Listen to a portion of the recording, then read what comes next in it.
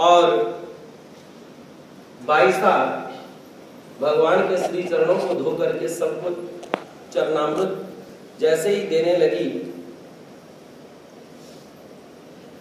तो नागदेव भी हाथ पसारता है, सभी को प्रसाद बट रहा है। नागदेव अपने मन में सोचता है कि दादोस ने मुझे कहा है कि चरणामृत मत लेना, तांबुल मत लेना, प्रसाद जूठा प्रसाद मत लेना, लेकिन मैं कौन सा इतना धर्म पे अपने पक्का हूं, मैं कौन सा जाति धर्म को मानता हूं इतना। मैंने पता नहीं कितने लोगों की जूठ जो है वो खाई हुई है। अगर इन संत पुरुषों का प्रसाद मुझे मिल जाए, अगर मैं इनका भी जूठा खा लूं, अगर ये पुरुष होंगे तो मेरे को पुण्य लगेगा, अगर ये संत पुरुष होंगे तो मेरे को पुण्य लगेगा। ऐसे पुण्य हेतु से वो प्रसाद ग्रहण करता है। और जैसे ही उसने प्रसाद को ग्रहण किया, भगवान उसको फिर दोबारा स्थिति आनंद देते हैं।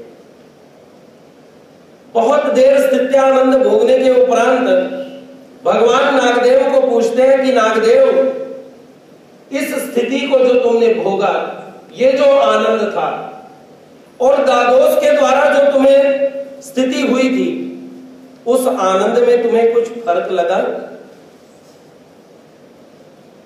नागदेव कहते हैं कि महाराज, वहां पर जो स्थिति हुई, उस स्थिति में मेरे को इतना आनंद नहीं हुआ जितना आनंद मुझे आपकी दी हुई स्थिति से हुआ। इसका आनंद मुझे ज्यादा मिला। और उसके उपरांत नागदेव चले जाते हैं।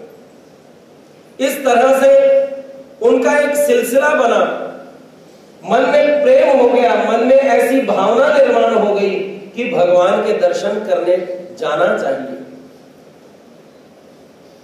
और इस तरह से हमारे साधनदाता भगवान श्री चक्रधर स्वामी जी के दर्शन करने के लिए नागदेव 6 बार आए और 7वीं बार के ही दर्शनों में उन्होंने अनुसरण ले लिया।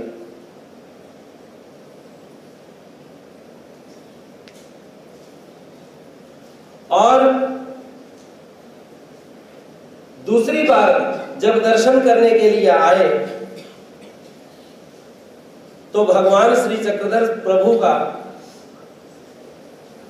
बीड़ में अवस्थान है। भगवान बीड़ नामक प्रदेश में रुके हुए हैं। दादोस और नागदेव ये दोनों ही रास्ते से गुजर रहे हैं, पता नहीं है कि भगवान यहां पर हैं इस गांव में। रास्ते में बाजार आता है और बाजार में अनेक प्रकार के अच्छे फल इत्यादि देख करके, सुपारियां देख करके नागदेव कहता है कि दादोस, गुरुजी, ये फल जो है ये तो भगवान को चढ़ाने योग्य है। दादोस कहता है, हाँ बिल्कुल सही कहते हो, लेकिन भगवान का तो हमारे को पता ही नहीं कि भगवान कहां पर है। अगर भगवान यहां होते तो ले लेते। भगवान उस समय बीड़ में ही हैं और दादोस और नागदेव ये भी दोनों उस बीड़ प्रदेश में आए। वहां पर क्या होता है कि बीड़ में दादोस अपने कपड़े धोने के लिए नागदेव के हाथ में देता है कि नागदेव जाओ कपड़े धो करके लाओ। कपड़े धोने के लिए जब नागदेव वहां पर नदी पर गया तो वहां भगवान श्री चक्रधर प्रभु खिड़की से अवलोकन करते हैं। भगवान कहते हैं कि यहाँ पर तो दादोस आया हुआ है। बाईसा को कहते हैं, बाईसा कहती महाराज दादोस कहाँ? यहाँ। भगवान कहते हैं वो देखो नागदेव कपड़े धो रहा है। और इस तरह से उनकी भेंट हुई और दादोस पर्व काल मनाने के लिए पर्व की तैयारी करता है। पविता पर्व आने वाला है और पविता पर्व की तैयारी करने के लिए वो सभी जो भगवान के भक्त हैं वो एकत्रित करता है। नागदेव सभी गांवों में जाता है, जैसे बलेग्राम में गया, रामस गांव में गया, साड़े गांव में गया, सभी को संदेशा दिया कि भगवान बीड़ प्रदेश में है। सभी एकत्रित हुए तो नागदेव 2 वस्त्र उसने बनवाए। एक वस्त्र जो उसने दादोस के लिए बनवाया था और एक वस्त्र उसने अपने लिए बनवाया था।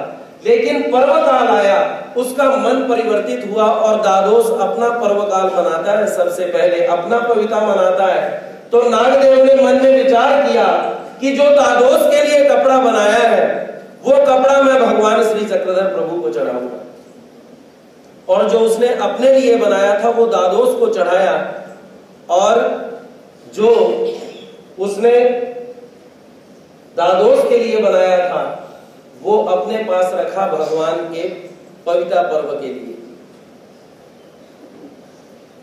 दादोस ने अपना अवसर करवाया, अवसर करवाने के बाद वो भगवान के पास आता है अपने सभी शिष्यों को लेकर के, जो लोग दादोस के साथ जुड़े हुए हैं उनके साथ आता है। और रास्ते में नागदेव की तरफ ध्यान गया तो नागदेव ने अपनी बगल में एक कपड़ा रखा हुआ है। दादोस पूछता है कि ये कपड़ा कैसा है, किस लिए ये कपड़ा तुमने अपनी बगल में रखा? नागदेव कहता है कि मैंने 2 कपड़े तैयार किए थे, एक अपने लिए और एक आपके लिए।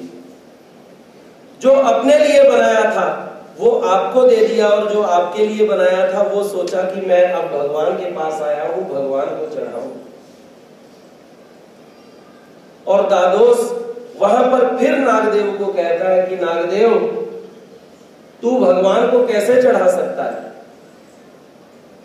तुम्हारा सब कुछ ही मैं हूं और मैं तुम्हारा गुरु।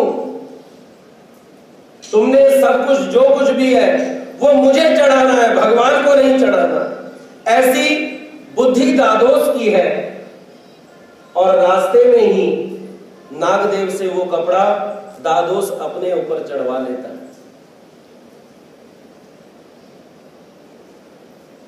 बाद में भगवान के पास आते हैं,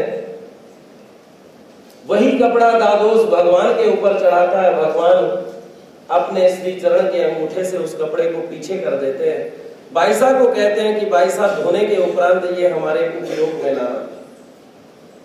और तीसरी बार जब नागदेव भगवान के दर्शन करने के लिए आता है तो भगवान महदाइसा के साथ, दादोस के साथ नागदेव को रिद्धपुर भेजते हैं। रिद्धपुर में वहां पर महदाइसा अनेक प्रकार की लीलाएं उस समय की श्री गोविंद प्रभु महाराज जी के साथ घटित हुई कि महदाइसा दररोज गलियां साफ करती है, वहां पर चौक रंगी मालिका भरती है। और उन्हीं दिनों में श्री गोविंद प्रभु महाराज जी के पेट में दर्द होने लगा तो महदाइसा रात को श्री गोविंद प्रभु महाराज जी का पेट सेकती है, रात को भीतर सोती है। और जब रिद्धपुर की यात्रा करने के बाद जब नागदेव वहां पर आया वापस, तो दादोस भगवान को उल्हाना देता है। भगवान को कहता है कि ये महदाइसा, आपने पुण्य हेतु से हमें रुद्रपुर भेजा, परंतु महदाइसा ने तो सब पापी पाप किए, वहां पर इतनी हिंसा करी कि मैं आपको बता नहीं सकता महाराज। भगवान कहते हैं क्या हिंसा करी? वो कहता है महाराज, इसने नदी जितनी भी नालियां हैं ये सारी नालियां साफ करती थी,